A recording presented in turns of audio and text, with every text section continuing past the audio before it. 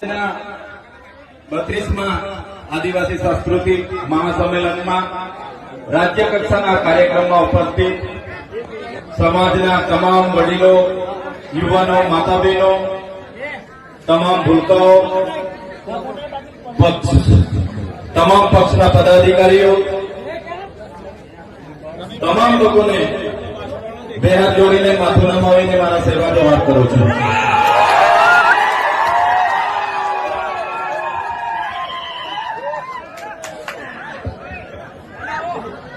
સાથીઓ,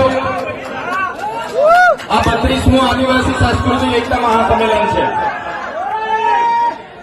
આપણા વડીલ શ્રી અશોક દાદા જેઓ એકતાનું પ્રતીક છે. ભાઈને તમારે સાંભળવાની વ્યવસ્થા બદલી રાખજો, પછી મારો વારો આવશે. પણ અહીંયા આવીને જોયું તો હું એકલો જ છું અને આપણા વિપક્ષના પૂર્વ નેતા સુખરામભાઈ રાઠવા આપણા વડીલ છે. તો સાથીઓ, આ સમાજનું મંચ છે, કોઈ પાર્ટીનું મંચ નથી. આદિવાસી એકતા પરિષદ છેલ્લા 32 વર્ષથી સમાજને જાગૃત કરવાનું, એક કરવાનું કામ કરે છે. આ સમાજનું મંચ છે. આજે મેં આ સમાજના મંચ પર ઉપસ્થિત થયો છું ત્યારે મેં કોઈ પાર્ટીના ધારાસભ્ય તરીકે નથી, પણ આદિવાસી સમાજના ધારાસભ્ય તરીકે, આદિવાસી સમાજના ધારાસભ્ય તરીકે અહીંયા મેં ઉભો છું.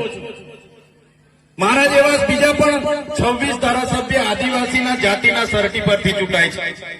એમને કોઈ પણ પાર્ટી ટિકિટ આપી દે કે મને પણ કોઈ પણ પાર્ટી ટિકિટ આપી દે, પણ મારી જાતિનું, આદિવાસી જાતિનું સર્ટી હું ફોર્મમાં નહીં મૂકું ત્યારે મારું ફોર્મ પાસ થવાનું નથી. એ લોકોએ ભૂલવું નહીં જોઈએ.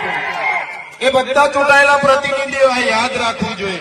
ત્યારે સાથીઓ, આજે 32મો આદિવાસી એકતા મહાસંમેલન છે, પણ મોડા ચાલુ થયા છે. હું વ્યક્તિગત માનું છું આજે 132મું સંમેલન થવું જોઈતું હતું, પણ મોડા આપણે જાગ્યા છે અને 32મું સંમેલનમાં આપણે ભાગ લીધો છે. એટલે બધાને અભિનંદન આપું છું અને રાષ્ટ્રીય કક્ષાના સંમેલનમાં પણ બધાએ આપણે જોવાનું.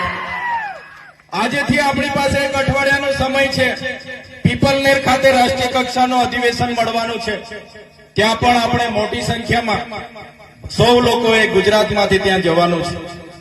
સાથીઓ, આદિવાસી એટલે કોણ? આગળના વક્તાઓએ ખૂબ સારી માહિતી આપી છે. ત્યારે આદિ અનાદિ કાળથી વસનારો એટલે આદિવાસી હજારો વર્ષ પહેલાની આપણી સભ્યતા, આપણી સંસ્કૃતિ છે. સાથીઓ, આદિવાસી એ આ દેશનો મૂળ માલિક છે. આ પૃથ્વી પરનો સૌથી પહેલાનો કોઈ માનવી હોય તો એ આપણે આદિવાસી છે, એના આપણા પૂર્વજો છે. ધર્મ પૂર્વી આપણી સંસ્કૃતિ છે. સિંધુ ખીણની સભ્યતા હોય, મોહેંજો-દડો સંસ્કૃતિની વાત હોય તો એ આદિવાસી સંસ્કૃતિની સભ્યતા છે. સાથીઓ, આ સંસ્કૃતિ, આ સભ્યતા, આપણી રૂઢિ પરંપરાઓ, આપણી પ્રથાઓ, પૂજા વિધિ, આપણા રીત રિવાજો, આપણી રહેણી કહેણી, આપણી બોલી ભાષા, આપણા પહેરવેશ, આપણા વાજિત્રો, આપણા ઓજારો સચવાઈ રહેશે તે જ દિવસે આપણે આદિવાસી તરીકે બચી જઈશું. નહીં તો આવનારો સમય આપણા માટે કપરો સમય આવવાનો છે. આજે તમે જોઈ લો, આજે આપણા આદિવાસી પોતે આદિવાસી છે એ સાબિત કરવા માટે આજે મૂળ માલિકોને લાઈનો પર લગાડી દેવામાં આવ્યા છે. આગળ અશોક દાદાએ કીધું કે આજે આપણે આદિવાસીને મૂળ માલિક કહીએ છીએ, પણ આજે મૂળ માલિકની પરિસ્થિતિ આ સરકારોએ મજબૂરન આજે આપણને મજૂર બનાવી દીધા છે.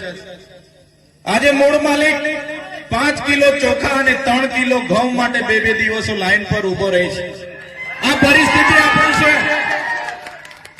દુઃખ સાથે કહેવું પડે છે કે આઝાદીના 78 વર્ષ પછી પણ આપણી આ પરિસ્થિતિ છે. સાથીઓ, આજે માસ્તરો માટે આપણે આંદોલનો કરવા પડે છે.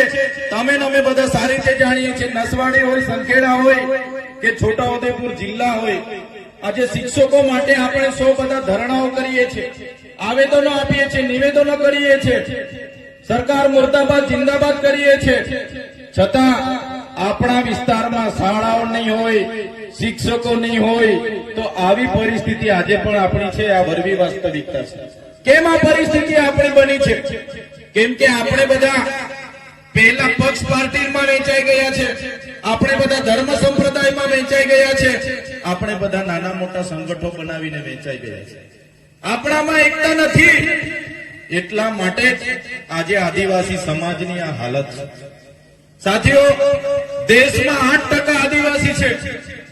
ગુજરાતમાં વાત કરું, આદિવાસી કોમ્યુનિટીની વસ્તી 15% છે. છતાંય આપણી હાલત આ પરિસ્થિતિ, આપણી પરિસ્થિતિ આ છે. આપણે બધાએ સ્વીકારવું પડશે. એમાં બધાની જ ભૂલ છે, બધાની જ આમાં ભૂલ છે. વધારે કોઈની ભૂલ હોય તો અનામત આદિજાતિની બેઠકો પરથી ચૂંટાતા ધારાસભ્ય અને સંસદ સભ્ય અમારા જેવા નેતાઓની પહેલી આમાં ભૂલ છે.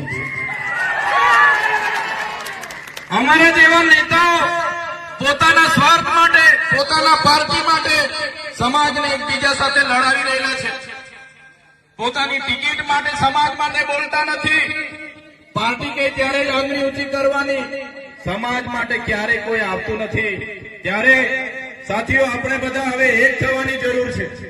ચૂંટણીઓ તો આવશે ને જશે, ચૂંટણીઓ લડશું, જીતશું, બધું જ થવાનું છે. પણ જયારે આદિવાસીની વાત આવે તો બધી જ પક્ષ પાર્ટી, બધા સંપ્રદાયો, બધા સંગઠનો ઘરે મૂકીને બધા એક થવું જ પડશે, તો જ આદિવાસીનો ઉદ્ધાર થશે. સાથે આજે આદિવાસી વિસ્તારની વાત કરીએ. આગળના વક્તાઓએ કીધું કે અમારા કેવડિયામાં અમારી આ હાલત બનાવી દીધી છે.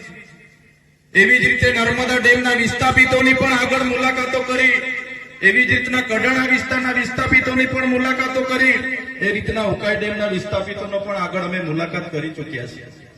જીએમડીસીના લોકો સાથે પણ અમે મળ્યા છીએ. જીઆઈડીસીમાં જમીનો ગયેલી છે, એ લોકો સાથે પણ અમે મળ્યા છીએ. નેશનલ હાઈવેમાં જમીનો ગઈ છે, એમને પણ મળ્યા છે. નહેરોમાં જમીનો ગઈ છે, એમને પણ મળ્યા છે. ત્યારે સાથીઓ, જ્યારે પણ પ્રોજેક્ટો આવવાના હશે, આવનારા ભવિષ્યમાં ભારતમાલા પ્રોજેક્ટ હોય કે ઝાલોદમાં એરપોર્ટનો પ્રોજેક્ટ હોય કે આ વિસ્તારના આંબા ડુંગરનો પ્રોજેક્ટ હોય, સરકારો આ મૂળ માલિકની કોઈ પણ જાતની પરવાનગી લીધા વગર બારોબાર એમના પ્રોજેક્ટો ચાલુ કરી દે છે. કેમ કે આજે આદિવાસી એક નથી.